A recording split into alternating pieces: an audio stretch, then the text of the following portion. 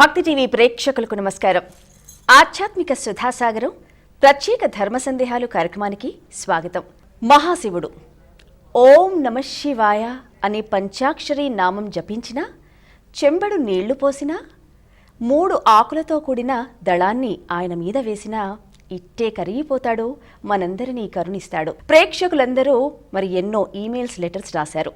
మరి వాటన్నిటికీ చక్కటి సమాధానాలు ఇవ్వడానికి మనతో పాటు ఉన్నారు ప్రముఖ ఆధ్యాత్మికవేత్త బ్రహ్మశ్రీ మైలవరపు శ్రీనివాసరావు గారు. మరి ఆయనతో మాట్లాడి మరిన్ని వివరాలు తెలుసుకుందాం. గురుగారు, ఓం నమః శివాయ. ముందుగా లావణ్య గారు లెటర్ చూద్దాం. శివస్వరూపం దేనికి సంకేతం అంటూ రాశారు. శివస్వరూపం పంచభూతాలకి సంకేతం. ఏ మహానుభావుడైన శివుడున్నాడో వ్యోమకేశో జటాజూట స్థాణు రుద్ర ఉమాపతి, ఆయన శిరోజాలు ఏవైతే ఉన్నాయో అది ఆకాశానికి సంకేతం. మనం కూడా తల మీద జుట్టు ఇలా ఒకటి కేశాన్ని తీసి అలా పడేస్తూ ఉంటే పడేసే సందర్భంలో కనిపిస్తుంది కేశం, పడ్డ తర్వాత ఎంత వెతికినా మనకు కనిపించదు. లోకల్లో కూడా ఓ మాట ఉంది, అబో వాడి గురించే నాకు ఇన్ని తెలుసు అంటాం. ఇన్ని అంటే అన్ని రహస్యాలు తెలుసు, వాడి గురించిన సమాచారం అంత తెలుసు అని. ఆయన శిరోజాలు ఆకాశానికి సంకేతం. అంటే ప్రపంచానికి సంబంధించిన అనేక విషయాల సమాచారం అంతా రహస్య రూపంగా దాగి ఉన్నది ఏ చోటు అంటే పృథివీ కాదు, అప్పు కాదు, తేజస్సు కాదు, వాయువు కాదు, ఆకాశం. అంచేతనే ఎక్కడి నుంచైనా సరే ఒక ర్యాకెట్ని మనం పంపించేది ఆకాశంలోనికే తప్ప నీళ్ళలోకి పంపరు, నేలలోకి పంపించరు, వాయువులోకి పంపరు, ఆకాశంలోకే పంపుతారు. కాబట్టి ప్రపంచంలో ఇన్ని మహాద్భుత రహస్యాలు ఉన్నాయిరా, ఎన్ని మీరు తరిచి తరిచి తరిచి తెచ్చినా ఇంకా మిగులుతూనే ఉంటాయి. తల మీది వెంట్రుకలు ఏ సంఖ్యలో ఉంటాయో ఎవరు గుర్తించలేనట్లుగా అన్ని ఉంటాయి ఆకాశంలో అని తెలియజేస్తాడు. కాబట్టి శివస్వరూపం ఏ శిరోజాలు ఉన్నాయో అవి ఆకాశానికి సంకేతం. ఇక్కడ ఉండేటటువంటి 2 కళ్ళకి మధ్యలో ఉండేటటువంటి కన్ను ఇది అగ్నిస్వరూపం. చిదగ్నికుండ సంభూత లలిత సహస్రనామాల్లో ఓ నామం. ఇక్కడుండే మహాద్భుతమైనటువంటి రహస్యాలన్నింటినీ ఆకాశం నుండి తెచ్చుకోవాలి అని అంటే ఇలా కళ్ళతో చూస్తే ఏం కనిపించదు. అక్కడ కావాల్సింది చిదగ్ని కావాలి. చిదగ్ని అంటే జ్ఞానాగ్ని. బాగా ఆలోచించి ఆలోచించి ఆలోచించి మథించి మథించి కానీ చేసినట్లయితే ఇక్కడ మథనం ప్రారంభించవలసినటువంటి అగ్ని ద్వారా అక్కడుండే రహస్యాలు అర్థమవుతాయి. ఎంత గొప్ప ఆలోచన ఆయన మనకి తెలియచేస్తాడు ఈ విషయాన్ని. కాబట్టి ఇది చిదగ్ని, ఇది ఆకాశం, బ్రహ్మాండమైనటువంటి ఇది. గంగా అనేటటువంటిది ఎవరి చేతను స్పృశింపబడినటువంటిది ఆకాశంలోనే ఉంటుంది. అంచేతనే ఆ పేరు ఆకాశ గంగ అని. ఆకాశాత్ గంగ, ఆకాశ గంగ. గంగ జ్ఞానస్వరూపం. అబో ఏం మాట్లాడండి, గంగా ప్రవాహంలో వెళ్ళిపోయింది అంటాం. ఆ గంగ జలస్వరూపం ఆయన. పృథివీ, అప్పు, తేజో, వాయు, ఆకాశాలనే అటువంటి 5 భూతాలకి ఆయన స్వరూపం యథార్థమైనటువంటి సంకేత రూపం, ప్రతీక. కాబట్టే అక్కడ చక్కరైనటువంటి జ్ఞాన గంగని ధరిస్తాడు. అంటే ఆకాశంలో రహస్యాలని తెలుసుకోవాలి అంటే ఈ జ్ఞానాన్ని ప్రసరింపచేస్తూ జ్ఞానం ద్వారా చిలకడాన్ని ప్రారంభిస్తే ఈ చిదగ్ని ప్రజ్వలిల్లినటువంటి సందర్భంలో ఇక్కడ ఉంది ఆకాశంలో ఈ రహస్యం అని మనకు అర్థమవుతుంది. శరీరం నిండుగా పంచవిధాలైనటువంటి వాయువులు, మరో పంచవిధాలైనటువంటి వాయువులు, దశవాయువులు అలా అలా అలా అలా కదులుతూ ఉన్న కారణంగానే ఈ అగ్ని అలా అలా అలా అలా మండుతూ ఉంటుంది.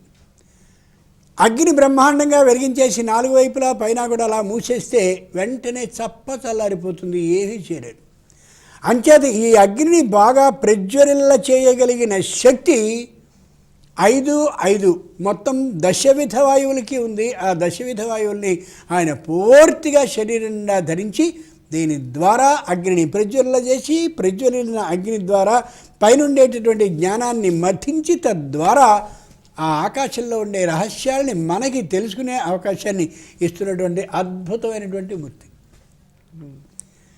ఈ పంచభూత స్వరూపం స్పష్టంగా మనం కానీ పరిశీలించినట్లయితే అబ్బో ఏం చెప్తున్నాడు రా శంకరుడు మనకి. వేళ మనం ఏదైనా ఆలోచించినా, జీవించినా, కొత్త విషయాన్ని కనుక్కోగలిగినా, లోకానికి ప్రచారం చేయగలిగినా ఆయన తప్ప మరెవరు మనకున్నారు అని అర్థమవుతుంది. ఆయన స్పష్టంగా తాను అమ్మవారైనటువంటి ఆ కామేశ్వరిని చూసి, కామేశ్వర ముఖాలోక కల్పిత శ్రీ గణేశ్వర, పార్థివ అంటే పృథివికి సంబంధించిన మూర్తిగా వినాయకుడిని తన నుంచి సృష్టి చేయించి అమోఘమైనటువంటి పంచభూతాత్మక రూపాన్ని తాను కలిగి ఉండేలా చేసుకున్నాడు. అంచేతనే అమ్మవారు ఇలా ఓసారి ఆ వినాయకుని యొక్క తలని ఖండించేస్తే తిరిగి తెచ్చి మళ్ళీ పెట్టి ప్రాణాన్ని పోశాడు ఆయన. అమ్మవారి ఒంటి మట్టి, నలుగు మట్టి, అక్కడ పృథివీ రూపం. అంచేత పృథివీ, అపు, తేజో, వాయు, ఆకాశాలు పంచభూతాలని శరీరం నిండుగా నిలువరించుకుని ఆకాశ రహస్యాలని మనకి అందించేటటువంటి అద్భుతమైన మూర్తి శివ స్వరూప మూర్తి. ఆలోచించుకుంటే అంత విశేషం తెలుస్తుంది. ఇక మరొక లెటరు రమాదేవి గారు రాశారు. శివలింగం ఆకార విశిష్టత ఏమిటి అంటూ అడుగుతున్నారు. ఉదయగ్రావము పానవట్టము అభిషేకోద ప్రవాహంబు వార్ధి దరధ్వాంతము ధూపధూమము జలదీప ప్రభారాజి కౌముది తారానివహమ్ములర్పిత సుమమ్ముల్కాన్ తమోదూర సౌఖ్యదమయ్యు శివలింగం ముప్పు ప్రాచీదిశన్ తమోదూర సౌఖ్యదమై శీతగభస్తిబింబ శివలింగం ముప్పు ప్రాచీదిశన్. ఉదయగ్రావము పానవట్టము, మామూలుగా మనం పానవట్టం అంటుంటాం కానీ అది ప్రాణపట్టము సరైనటువంటి మాట. తూర్పు కొండ ఏదైతే ఉందో అది ప్రాణపట్టం. అభిషేకోద ప్రవాహంబు వార్ధి, ఆ శివలింగం పైనుంచి వచ్చేటటువంటి నీరులా అభిషేకం చేసిన తర్వాత అలా ప్రవహించేటటువంటి నీరంతా ఎక్కడికి వెళుతూ ఉంటుందో అది సముద్రం. ఇది ప్రాణపట్టంగా కనిపించేదంతా తూర్పు కొండ. దాని మీద నుంచి అలా ప్రవహించి వెళ్ళి అలా నేల మీద ప్రవహిస్తూ అలా నిలబడుతూ ఉండేదేదో అది సముద్రం. ఉద ప్రవాహంబు వార్ధి దరధ్వాంతము ధూపధూమము. తెల్లవారుజామున చిన్న చిన్న చీకటి తుంపుర్లు అలా అలా అలా అలా ఉంటుంటాయి. పూర్తి వెలుగు రాదు, పూర్తి చీకటి ఉండదు. అది దరధ్వాంతము ధూపధూమము, ఆయనకి వేసినటువంటి ధూపానికి సంబంధించినటువంటి పొగ. జ్వలదీప ప్రభారాజి కౌముది, ఆకాశంలో చంద్రవంక అలా ఉంటే దాని నుంచి వచ్చేటటువంటి ఏ చక్కని కిరణాలు ఉన్నాయో అవన్నీ కూడా కౌముది, వెన్నెల వెలిగించినటువంటి దీపంలాగా. వెలిగించిన దీపం చంద్రవంక, ప్రాణపట్టం తూర్పు కొండ. ఆ శివలింగం మీద నుంచి నీటిని ప్రవహింపజేస్తే అభిషేక రూపంగా ప్రవహించే జలమంతా కూడా సముద్రం. తెల్లవారుజామున కనిపించేటటువంటి చీకటి వేయబడ్డటువంటి ధూపం. ఇంతేకాదు, జ్వలదీప ప్రభారాజి కౌముది తారానివహమ్ములర్పిత సుమమ్ముల్. తెల్లవారుజామున కనిపించే నక్షత్రాలు ఉంటాయే అవి చక్కగా ఆ ప్రాణపట్టం మీద శంకరుడికి అలంకారార్థం పెట్టబడ్డటువంటి పుష్పాలు. ఎంత గొప్పగా ఉందయా నీ అద్భుతమైన లింగం అని దీంట్లో కనిపించే పద్యంలో అర్థం. బాగా ఆలోచించి చూస్తే ఆపాతాల నభస్థల అంతభువన బ్రహ్మాండమా విస్ఫురత్. పాతాళ లోకం నుండి ఇక్కడ అని అంతు లేకుండా ఉండేలాగా అలా ఏర్పాటు చేయబడ్డటువంటి శివలింగం మొత్తం 14 ఏవైతే ఉన్నాయో ఆ చతుర్దశ భువనాలని అలా నిలిపిబట్టేటటువంటి స్థాను రూపం. ఓ 14 అంతస్తుల పెద్దదైనటువంటి ఒక సౌధంగా ఉంటే ఆ 14 అంతస్తులు గుండ్రంగా ఇలా ఇలా ఇలా ఉంటే మధ్యలో బ్రహ్మాండంగా అన్నిటినీ పట్టి ఉంచగలిగిన సమర్థత కలిగిన శక్తి ఉన్న ఏ స్తంభం ఉందో ఆయన శివుడు. కాబట్టి 14 భువనాలు నిలబడగలుగుతున్నాయంటే దానికి కారణం మహాద్భుతమైన శక్తి సామర్థ్యాలు సమర్థత కలిగినటువంటి శంకరుడు అని అర్థం. అదే శివస్వరూపం. జాగ్రత్తగా మనం ఆలోచిస్తే మొత్తం ఈ ప్రపంచం అంతా నిలబడిందంటే ఆయన కారణమే అని మనకి. ఇక మరొక లెటర్ రాజేష్ గారు అడుగుతున్నారు, శివుడికి తల్లిదండ్రులు లేరా అంటూ అడుగుతున్నారు. ప్రభవస్స సంపద, చేతిలో ఏమీ ఉండదు కానీ అందరికీ ధనాన్ని ఇవ్వడానికి అధిపతి ఆయన. ఆయనకి తల్లిదండ్రులు లేరు, అభవ, అసలు పుట్టుకే లేనటువంటి వాడు. కానీ లోకానికి అందరికీ కూడా సంతానాన్ని ప్రసాదించగలిగే శక్తివంతుడు ఆయన. చాలా చిత్రంగా ఉంటాడు, నిరాడంబరమూర్తి ఆయన. నిజానికి ఆయనకి తల్లిదండ్రులు ఎవ్వరూ లేరు. ఏమయ్యా నీకు ఎప్పుడు పెళ్లి చేయమంటావు అని శంకరుడిని అడిగితే, రే వసంత ఋతువు అయితే మీకు బ్రహ్మాండంగా ఉంటుంది, దాంట్లో కోయిలలు వస్తాయి, అద్భుతమైనటువంటి పువ్వులు ఉంటాయి, పళ్ళు ఉంటాయి, ప్రకృతి అంతా కూడా అద్భుతంగా ఉంటుంది, ఆనందంగా ఉంటుంది, నీళ్ళన్నీ చాలా నిర్మలంగా ఉంటాయి. అది మీరు ఉంచుకుని ఆకులు రాలిపోయేటటువంటి శిశిర ఋతువులో నాకు పెళ్లి చేయమన్నాడు ఆయన. ఆశ్చర్యం కాదు? ఇదేమిటి, ఎవరైనా మామూలు వసంత ఋతువు కోరుకుంటారో మీరు ఉంచుకోండి, ఇది నాకేంటి.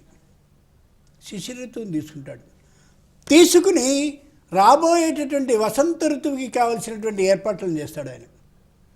శిశిర ఋతువులో భూమిలో కంటా సూర్యకిరణం ప్రవేశించి ఆ వచ్చినటువంటి కిరణం ద్వారా భూమి అట్టడుగున్నటువంటి నీరు జల ప్రతి చెట్టుకి అందేలా చేస్తాడు శంకరుడు. అంచేతనే మనకి బ్రహ్మాండమైనటువంటి వేసంకాలంగా కనిపించే చైత్ర మాసంలో చక్కగా పువ్వులు పూస్తాయి. అబ్బో నేను మా ఇల్లు చూడండి ఎంత బ్రహ్మాండంగా గార్డెనింగ్ చేశాను, అబ్బో ఇది పెంచాను అని అంటారు. నువ్వేమిటి పెంచేది? నువ్వు నీళ్లు పోసి పెంచుతున్నావు. నీళ్లు ఏమాత్రము పోయకుండా ఉండేటటువంటి, పోసినా ఎండిపోయేటటువంటి కాలంలో ప్రపంచం అంతా కూడా అమోఘంగా ఆకులు పువ్వులు ఉండేలా చేస్తున్నవాడు ఎవరు అంటే శంకరుడు మాత్రమే. వృక్షేభ్యో హరికేశేభ్య పశూనాంపతయే నమో నమః. ఆయన అద్భుతంగా పువ్వులన్నింటినీ అలాగే ఆకులన్నింటినీ ఏర్పాటు చేస్తూ నీటిని భూమిలోకంతా వెళ్ళేలా చేసి, తాను సూర్యుడు ఒకటే కాబట్టి సూర్య శక్తిని తనలో నింపుకుని అలా చేస్తాడు ఆయన. బాగా గమనించి చూడాలి. అది అంచేత శిశిరఋతువు నాకు శిశిరఋతువు ఎందుకంటే మళ్ళీ మీకు కావాల్సినటువంటి పుష్పాలని ఫలాలని అన్నింటినీ ఇచ్చేందుకు నేను తీసుకుంటాను. బాగుందయ్యా శిశిరఋతువులోనే చేస్తాం పోనీ, నీ ఇష్టం అది అంటున్నావు కదా. ఆ ఋతువులో ఏ మాసంలో చేయమంటావు? మాఘం పాల్గొనం 2 వస్తాయి కదా, ఏ ఋతువులో చేయమంటావు? ఓ పని చేయండిరా, వసంత ఋతువులో ఉండే చైత్రమాసం మీరు తీసుకోండి, చక్కగా ఉంటుంది మీకు హాయిగా. నాకు మాఘమాసాన్ని ఇవ్వండి అన్నాడు. ఇదేంటయా మాఘమాసంలో ఇంకా చలి ఉంటుంది, చలితో పాటు ఆ వెనుకున్నటువంటి హేమంత ఋతువుకి సంబంధించిన చలి కూడా ఉంటుంది, మంచు ఉంటుంది. ఈ మంచు కాలంలో నీ పెళ్లి పెడితే ఎవరు వస్తారు? ఎవరు రాకూడదనే అంటాడు ఆయన. ఇదేమి నీ పెళ్ళికి ఎవరు రాకపోవడం ఏంటి? పెళ్ళికి ఎంతోమంది రావాలిగా, వద్దు. ఎవరెవరు వాళ్ళకి ఉన్నటువంటి పనులన్నింటినీ త్యజించుకుని విడిచిపెట్టేసి నా పెళ్ళికి రావాలని నేను కోరుకోను. విపరీతమైనటువంటి ఆలోచన కలిగిన మనిషి. మా ఇంట్లో పెళ్ళికి నువ్వు రావా, నేను మీ ఇంట్లో పెళ్ళి రాను, అది గొప్ప కాదు. మా ఇంట్లో పెళ్ళికి నువ్వు రాలేదంటే ఎంతో పెద్దదైనటువంటి పని నీకుంటుందని అర్థం చేసుకున్నటువంటి వాడు గొప్పవాడు తప్ప నిష్ఠురాన్ని వేసేవాడు అప్పుడు కాదు. శంకరుడు అలాంటివాడు. మీకు మీ వృత్తి ఉద్యోగ వ్యాపార కార్యక్రమాలు ఏవో ఉంటాయి, అంచేత మీరు రాకపోయినా సరే నేను పెట్టుకున్నటువంటి ముహూర్తం మీకు సరికాని విధంగా ఉంది కాబట్టి మీరు రాలేదు, అంచేత మీ తప్పు కాదు అని సమర్థించుకుని ఎదుటి వాళ్ళ దోషాన్ని ఎంచనటువంటి లక్షణం శంకరుది. ఎంత గొప్పది! అంచేత చలి మంచు కూడా ఉండేటటువంటి ఆ మాసంలో మాఘమాసంలో పెట్టుకున్నాడు ఆయన. చిత్రంగా ఉంది అని మాట అంతాను, మాఘమాసంలోనే పెట్టుకుంటానులే. పోనీ మాఘమాసంలో మంచి వెన్నెలు ఉండేటటువంటి ఆ శుద్ధపక్షంలో అబ్బబ్బా అస్సలొద్దు, వెన్నెలుండే మాసం మీరు తీసుకోండి, మీకు బాగా వెన్నెల హాయిగా బాగుంటుంది. ఎవడొస్తాడయ్యా నీ పెళ్ళికి? రావద్దనే కానీ అనేది బహుళపక్షంలోనే పెట్టండి. సరే అలాగే బహుళపక్షంలో పోనీ మొదటి 5 రోజులు మంచి వెన్నెలు ఉంటుంది కదా, పంచమి వరకు కూడా బహుళపక్షంలో అప్పుడు పెడతాం, వద్దొద్దు. త్రయోదశి ఎప్పుడైతే వస్తుందో, చతుర్దశి కూడా దాదాపుగా కలుస్తూ ఉంటుందో అప్పుడు పెట్టండి అన్నాడు ఆయన. ఎందుకని? ఆ సమయంలో నిజంగా ఎవరైనా వచ్చారా అంటే వాడు నిజమైనటువంటి భక్తిపరుడు, శంకరుడి మీద ఇష్టము, భక్తి, విశ్వాసము, శ్రద్ధ ఉన్నటువంటి వానిగా ఎంచుకుంటాడు. అలానే మిగిలిన వాళ్ళని రాకుండా ఉండే ముహూర్తం పెట్టి మీరందరూ తప్పు వాళ్ళు, నా మీద భక్తి లేని వాళ్ళు అనడు. ఈ సమయానికి పెట్టండి అని. దానికి కారణం ఒకటి, ప్రథమో దైవ్యో భిషక్, ఆయన బ్రహ్మాండమైనటువంటి వైద్యుడు. అంచేత ఏ బహుళపక్షంలో త్రయోదశి నాడు ఉండేటటువంటి ఆ ఫలాలలో, అలాగే వేళ్లలో, అలాగే ఆకుల్లో ఔషధి శక్తి ప్రవేశిస్తుందో ఆయనకి తెలిసినటువంటి వాడు కాబట్టి శంకరుడు. ఆయన మొదటి వైద్యుడు కాబట్టి, నమ్మకం ప్రకారం మొదటి వైద్యుడు ఆయనే కాబట్టి, ఇదిగో ఈ ఔషధ శక్తి వచ్చేటటువంటి ఈ కాలంలో మీరు ఈ పని చేయండి.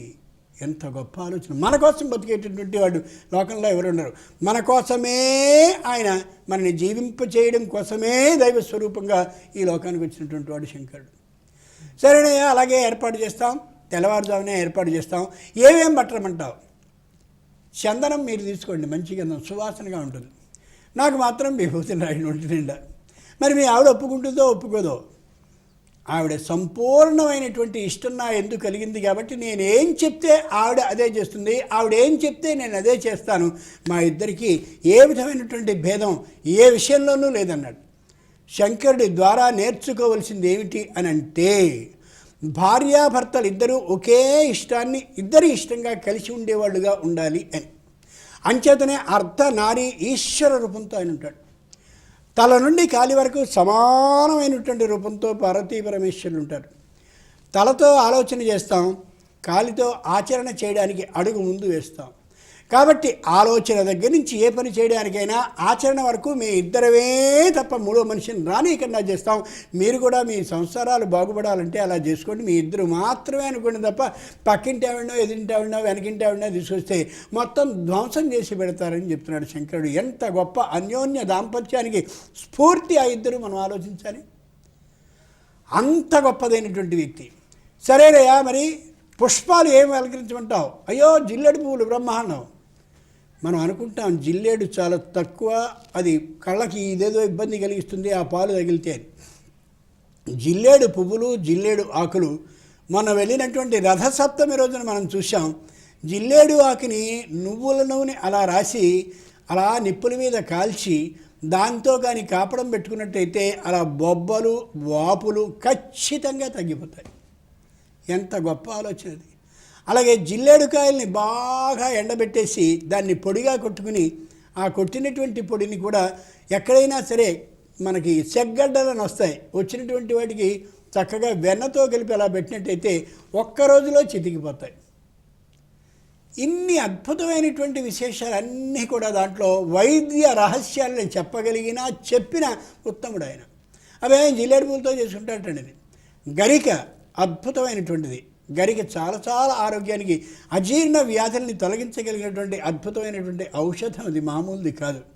ఒకప్పుడు కలెక్టర్ గారు ఒకసారి ఓ పేదరాశి పెద్దమ్మ ఇంటికి వచ్చాడని, వచ్చి బాగా ఆకలిగా ఉందని అడిగాడని, అప్పుడు వెంటనే చేసేస్తానంటే, అవా ఎక్కడ సంత లేదు కదా, కూరలు లేవు కదా, ఎలా చేస్తావు నువ్వంటే, నేను చేస్తాను కదా నాయన అని దొడ్లో ఉన్నటువంటి గరిక తీసేసి జాగ్రత్తగా చేసి మంచి పచ్చడి చేస్తే ఎప్పుడూ కలెక్టర్ గారు ఆ ఊరు వచ్చినా అక్కడే దిగుతూ ఉండేవారిని ఒకప్పుడు కథ చెప్పేవారు. ఇది నిజం కూడా.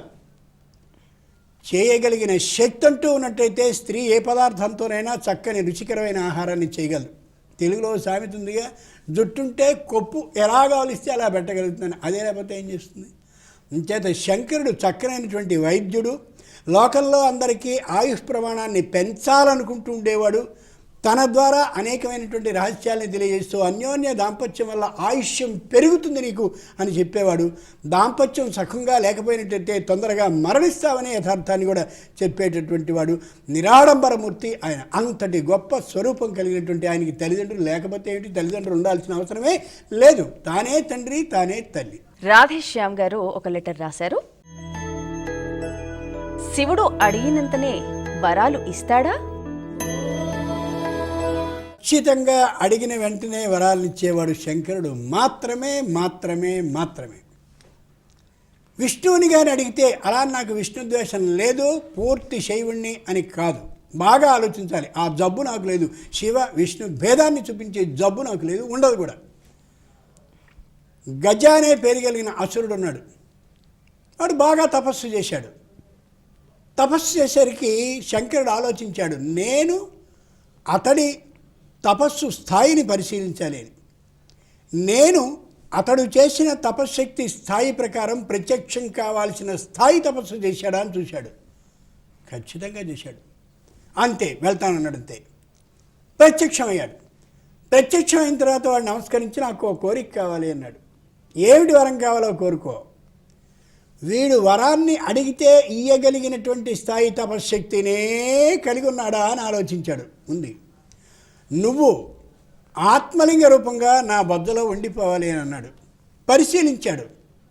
ఖచ్చితంగా ఉంది, అంత శక్తి వాడిలో ఉంది. వెంటనే చేరిపోయాడు ఆయన. అంతటి ధర్మస్వరూప మూర్తి శంకరుడు. అంచేతనే ఆయన వాహనం వృషభ. వృషభం అంటే ఎద్దు. ఎద్దు ధర్మానికి సంకేతం. మన దగ్గర ఉండేటటువంటి రూపాయి నాణ్యం దగ్గర నుంచి 2000 రూపాయల వరకు కూడా అశోక చక్రం ఏదైతే ఉందో దానికి ఇటుపక్క అటుపక్క 2 జంతువులు కనిపిస్తాయి. ఒకవైపు గుర్రం, ఒకవైపు ఎద్దు. గుర్రం శక్తికి సంకేతం, ఎద్దు ధర్మానికి సంకేతం. ఓ వ్యక్తి, నేను నీకు ధనరూపంగా కనిపిస్తున్నానే, ఈ ధనాన్ని నీ అశ్వాన్ని అంటే నీ శక్తిని వినియోగించి ఎద్దులా సంపాదించు, అంటే ధర్మబద్ధంగా సంపాదించు. నీ శక్తిని ధర్మబద్ధంగా వినియోగించి నన్ను సొంతం చేసుకో తప్ప నీ శక్తిని అధర్మబద్ధంగా వినియోగించి నన్ను చేసుకోకు. నన్ను కానీ సొంతం అలా చేసుకుంటే అధర్మబద్ధంగా పట్టుకుపోతానని స్పష్టంగా తెలియజేసేది ఎద్దు. ఆ ఎద్దుని వాహనంగా చేసుకుంటాడు. అంచేతనే ధర్మస్వరూపుడు ఉన్నది ఉన్నట్టుగా చెప్పేస్తాడు, తేల్చేస్తాడు తప్ప లౌక్యం అంటూ ఏమాత్రం ఎరగనటువంటి మహానుభావుడు శంకరుడు. అంతటి అమోఘమైనటువంటి మూర్తి ఆయన. అంచేత వరాలని ఖచ్చితంగా ఇచ్చి తీరుతాడు. రాక్షసులు పూర్తిగా దైవ విరోధులైనటువంటి వారు ప్రతినిత్యము నమస్కరించేది ఎవరికంటే శంకరుడికే. చతుర్భ్యోపి సముద్రేభ్య సంధ్యాం అన్వాస్య రావణ.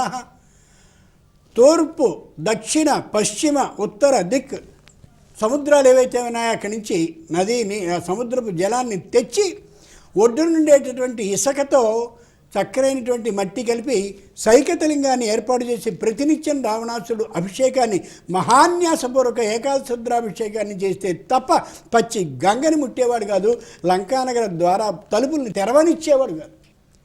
ఖచ్చితంగా ఎవరు ఏ విధమైన వరం అడిగినా సరే వరాన్ని ఇయ్యగలిగినంత శక్తి వాడికి తపశ్శక్తి ద్వారా ఉందా లేదా గమనించి ఇచ్చేటటువంటి పరమ పూజ్యుడు ధర్మమూర్తి శంకరుడు మాత్రమే. ఎంత ఆశ్చర్యం! ఇంకా ఖచ్చితంగా వరాలు ఇస్తాడు ఆయన, ఏవి అనుమానమే లేదు.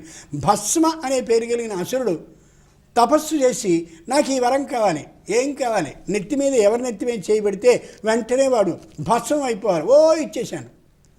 వాడు ఈయన తల మీదే పెట్టబోయాడు, పారిపోయాడు. అయ్యో చూసారా శంకరుడు ఇంతవాడు ఎలా పారిపోయాడో. కాదు, ఏ మహానుభావుడైన శంకరుడు ఉన్నాడో ఆయన తల మీద భస్మ అనే పేరు కలిగిన అసురుడు కానీ చెయ్యి పెడితే వాడు భస్మం అయిపోతాడు.